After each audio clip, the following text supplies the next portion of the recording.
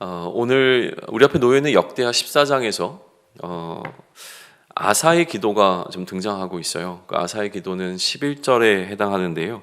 이렇게 기록되어 있습니다. 아사가 그의 하나님 여호와께 부르짖어 이르되 여호와여 힘이 강한 자와 약한 자 사이에는 주밖에 도와줄 이가 없사오니 우리 하나님 여호와여 우리를 도우소서. 우리가 주를 의지하오며 주의 이름을 의탁하옵고 이 많은 무리를 치러 왔나이다. 여호와여 주는 우리의 하나님이시오니 원하건대 사람이 주를 이기지 못하게 하옵소서 하였더니 라고 기도합니다.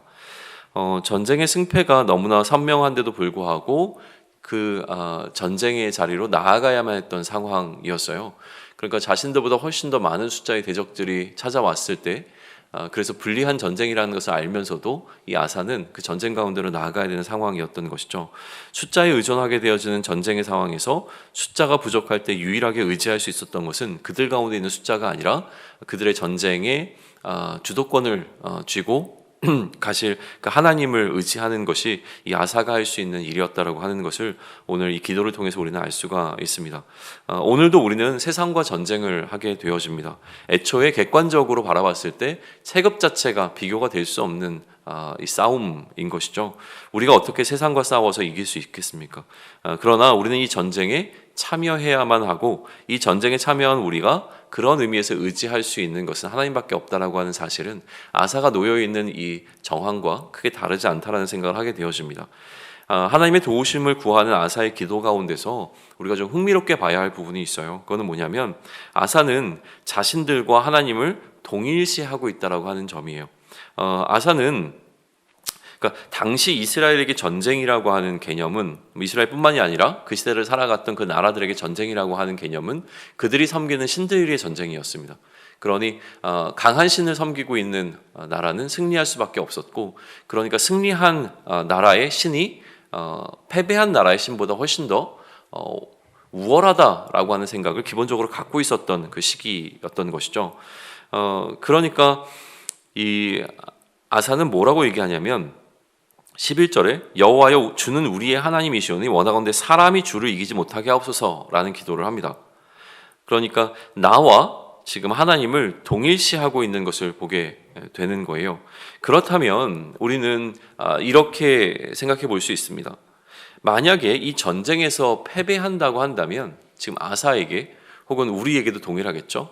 이 패배라고 하는 것은 우리의 패배가 아니라 결국은 하나님의 패배로 인식이 되고 있는 겁니다. 사람이 하나님을 이기지 못하게 해달라고 하는 기도, 그죠? 그러니까 만약에 이 전쟁에서 그들이 패한다면 하나님이 패배한 것으로 인식되어지는 그 상황 가운데 이 패배가 자신들의 패배가 아닌 하나님의 패배라고 이제 이해하고 있는 이 부분을 우리는 좀 주목해서 볼 필요가 있다라고 하는 거예요.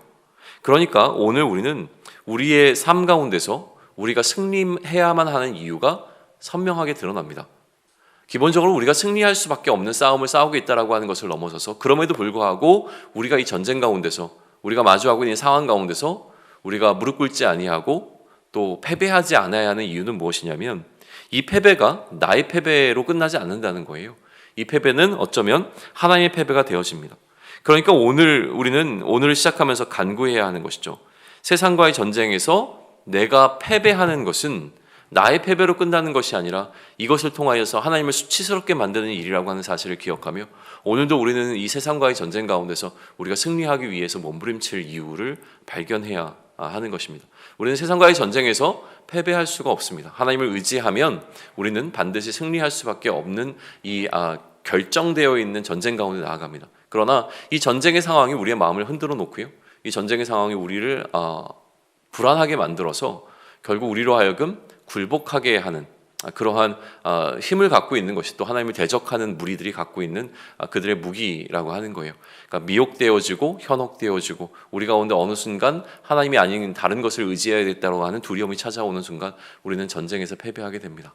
이 전쟁에서 패배했을 때 이 패배는 나의 패배로 끝나는 것이 아니라 하나님을 치욕스럽게 만드는 것이 되어진다라고 하는 생각을 하면서 우리는 오늘 우리에게 주어진 이 삶을 더 신중하게 살아가야 할 것입니다. 그래서 어떤 상황 가운데서도 우리는 패배하지 아니하고 승리 있게 하시는 그 하나님을 의지하며 우리의 모든 상황을 뚫고 나가 또 오늘 하루를 마감했을 때 승리케 하신 하나님을 찬양할 수 있는 저와 여러분이 될 수 있으면 좋겠습니다.